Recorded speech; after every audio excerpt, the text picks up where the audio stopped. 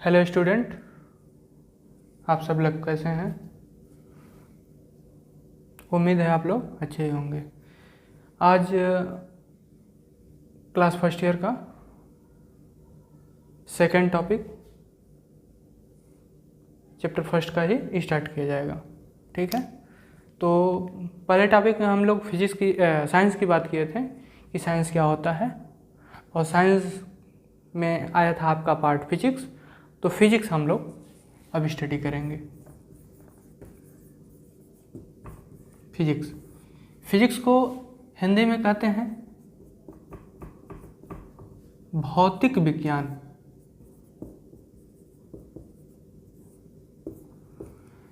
तो भौतिक विज्ञान के बारे में हम लोग स्टडी करेंगे। ठीक है, तो सबसे पहले आता है आपका भौतिक विज्ञान यानी फिजिक्स। फिजिक्स की ओरिजिन कहाँ से हुई, यानी फिजिक्स की उत्पत्ति कहाँ से हुई, ओरिजिन ऑफ फिजिक्स कहाँ से हुई थी? तो ये ग्रीक वर्ड के फ्यूसिस शब्द से हुई थी। ग्रीक वर्ड के यानी ग्रीक शब्द के फ्यूसिस शब्द से हुई थी। फ्यूसिस, ठीक है। ये फ्यूसिस का मतलब क्या होता है ग्रीक वर्ड में? Nature and natural phenomena. ठीक है, यानी ग्रीक शब्द के फिजिक्स ग्रीक शब्द से फ्यूसिस शब्द से उत्पत्ति हुई थी इसकी, यानी ओरिजिन हुई थी। ग्रीक वर्ड के फ्यूसिस वर्ड से इसकी ओरिजिन हुई थी, जिसका मीन्स होता है nature and natural phenomena. Hindi में अगर कहा जाए इसे फ्यूसिस तो वही रहेगा, फ्यूसिस ही हिंदी में लिखे फ्यूसिस ही रहेगा, लेकिन इसका हिंदी होता है प्रकृति एवं प्राकृतिक घटनाएं।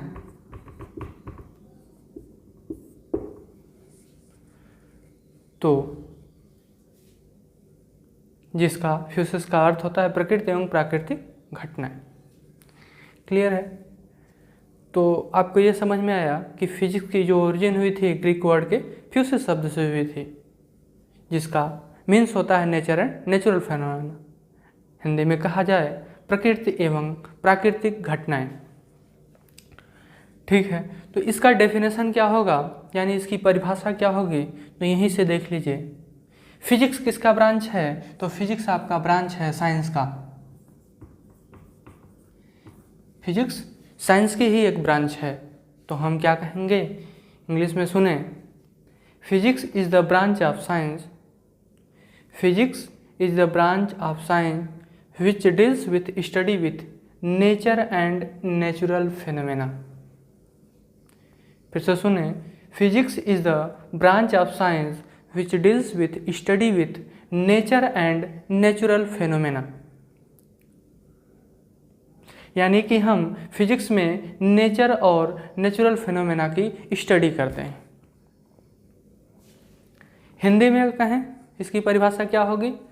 तो भौतिक विज्ञान विज्ञान की वह शाखा है, भौतिक विज्ञान विज्ञान की वह शाखा है जिसके अंतर्गत प्रकृति एवं प्राकृतिक घटनाओं का अध्ययन किया जाता है। भौतिक विज्ञान विज्ञान की वह शाखा है जिसके अंतर्गत प्रकृति एवं प्राकृतिक घटनाओं का अध्ययन किया जाता है।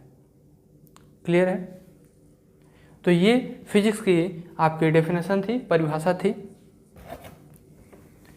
अब हम इसके बाद हम लोग देखेंगे कि फिजिक्स की यानी भौतिक विज्ञान की कितनी ब्रांच हैं, यानी कितनी शाखाएं हैं।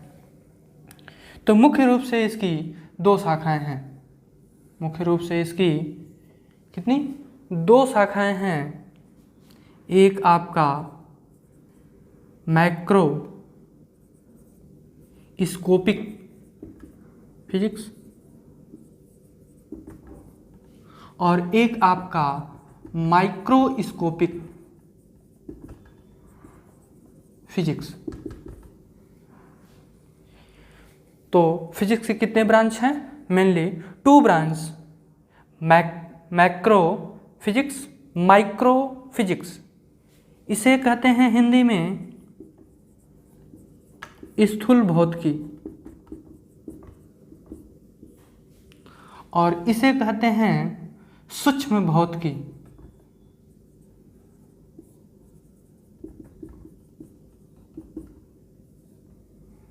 ठीक है, तो आप लोगों ने देखा कि फिजिक्स की कितनी ब्रांच हैं? 2 ब्रांच है, एक आपका मैक्रो फिजिक्स और दूसरा आपका माइक्रो फिजिक्स, स्थूल भौतिकी और सूक्ष्म भौतिकी। इसमें किस चीज़ की स्टडी करते हैं? इसमें किस चीज़ की स्टडी करते हैं? यानी इस ब्रांच में हम किस चीज़ का अध्ययन करेंगे और इस ब्रांच में हम किस चीज़ का अध्ययन करेंगे। यानी इसमें किसकी स्टडी करेंगे, इसमें किसकी स्टडी करेंगे। तो देखा जाए तो मैक्रो मतलब हो रहा है स्थूल, यानी जो बड़े बड़े चीज़ें हैं। ठीक है, जैसे आपका काइनेमेटिक्स हो गया, इसमें गाड़ी मोटर चलते हैं, ग्रेविटेशन हो गया। तो बड़े बड़े क्या है, पिंडों के बारे में हम क्या करते हैं, बड़े बड़े सैटेलाइट्स या एस्टेरॉइड्स, प्लैनेट्स, स्टार, ये सब सारी चीज़ों का जो स्टडी किया जाएगा वो माइक्रोस्कोपिक फिजिक्स में किया जाएगा, यानी स्थूल भौतिकी में किया जाएगा। माइक्रो यानी सूक्ष्म, यानी कि मॉडर्न फिजिक्स का इसमें स्टडी किया जाता है, क्योंकि उसमें न्यूक्लियस आएगा, एटम आएगा, इलेक्ट्रॉन आएगा, प्रोटॉन आएगा, तो ये बहुत ही सूक्ष्म होते हैं, यानी माइक्रो होते हैं। तो इसके अंतर्गत हम लोग किसकी स्टडी करेंगे? देखें, काइनेमेटिक्स हो जाएगा आपका,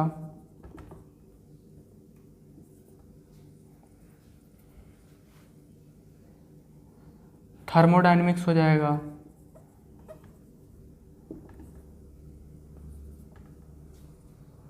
ग्रेविटेशन हो जाएगा,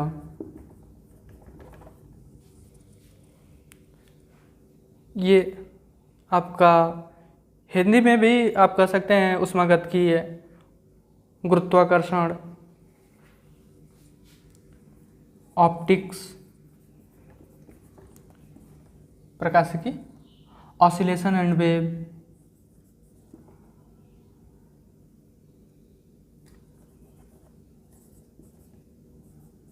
ऑसिलेशन एंड वेव, दोलन एवं तरंगे। ठीक है, इसमें हम लोग किस चीज़ की स्टडी करेंगे? मॉडर्न फिजिक्स, हिंदी में कहते हैं आधुनिक भौतिकी। ठीक है, तो ये सारे पार्ट्स इसमें आ गए। हम लोग इन सारी चीज़ों का स्टडी इसमें करेंगे। ठीक है, अब कुछ चीज़ें ध्यान रखिएगा, कुछ चीज़ें आप लोग खोज भी लीजिएगा, कुछ चीज़ सर्च करिएगा कि जैसे पहले चैप्टर में जो पढ़ा जा रहा है, हमको ये ध्यान देने वाली बात है कि जो साइंटिस्ट हैं उनके बारे में भी कुछ पता होना चाहिए आपको। तो जैसे आपके न्यूटन हुए, तो जो न्यूटन हुए हैं, फोर्स जहाँ भी यूज होता है तो न्यूटन का ही सिंबल यूज किया जाता है। न्यूटन ने किस चीज़ की खोज की? गुरुत्वाकर्षण बल की खोज की। न्यूटन के कुछ नियम हैं, 3 नियम, तो वो हम लोग आगे पढ़ेंगे। ठीक है, न्यूटन ने खोजे, तो न्यूटन की खोज गुरुत्वाकर्षण का नियम, और आपका न्यूटन के गति विषयक नियम, न्यूटन्स लॉ ऑफ मोशन कह सकते हैं इंग्लिश में। दूसरा, आपके भारत के भी साइंटिस्ट के कुछ नाम पता होने चाहिए, जैसे सीवी रमन, स्पेक्ट्रम की खोज की थी। हाँ, प्रकीर्णन की खोज की थी? सॉरी, सीवी रमन ने प्रकीर्णन की खोज की थी भारत के। होमी जहांगीर बाबर थे। तो ये कुछ जैसे इंडियंस के नाम आपको पता होना चाहिए। अब साइंस पढ़ने जा रहे हैं, फिजिक्स पढ़ने जा रहे हैं, तो फिजिक्स के बारे में कुछ साइंटिस्ट और उन लोगों के कुछ नाम पता होने चाहिए, कुछ चीज़ें आपको जानकारी होनी चाहिए। तो साइंटिस्ट और जितने भी बहुत सारे इन्वेंशन हुए हैं, तो फिजिक्स के जो बेनिफिट्स हैं यानी लाभ हैं वो क्या हैं, वो थोड़ा हम लोग जान लें।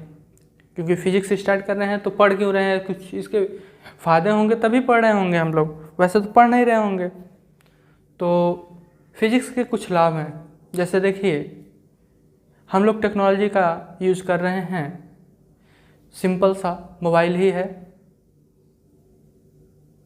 जिसकी देन क्या है, फिजिक्स की है। अब इससे देखिए दूरसंचार में कितनी सुविधा हो गई है, टेलीविज़न ही है, फिजिक्स की देन है। बहुत सारे जैसे अगर मेडिकल क्षेत्र में देखा जाए तो एक्सरे मशीन, एक्सरे की खोज किसने की थी?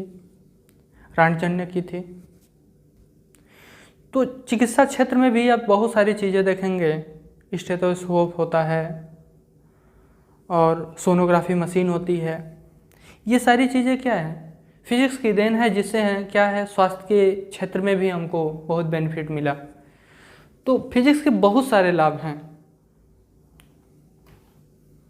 लाभ आप हर तरफ देखेंगे, बाइक से चल रहे हैं तो हर चीज़ फिजिक्स से ही रिलेटेड है, मैक्सिमम चीज़ें। अब इसे बेनिफिट्स के साथ साथ क्या हैं, इसके कुछ डिमेरिट्स भी हैं, कमियां भी हैं। और कमियों में जो भी इंस्ट्रूमेंट यूज़ किया जाता है, चाहे एक्सरे मशीन हो चाहे जो भी है, तो कुछ ना कुछ हमारे बॉडी को इफेक्टेड करते हैं। जैसे कोई चीज़ फैक्ट्री में अगर बन रहा है या कोई मशीन से बन रही है, बाइक ही चल रही है, तो जो पॉल्यूशन हो रहा है वो भी तो, मान लीजिए वो बनाना होता तो फिर पॉल्यूशन तो होता ही नहीं। तो क्या है, अगर वो बेनिफिट है तो उससे क्या है, वो डिमेरिट भी हैं उसके कुछ। ठीक है, अब आगे कल हम लोग देखेंगे फंडामेंटल फोर्स। फंडामेंटल फोर्स हम लोग कल देखेंगे। फिजिक्स के बारे में हम लोग जो समझें, कुछ जाने, आपके सामने था। ओके।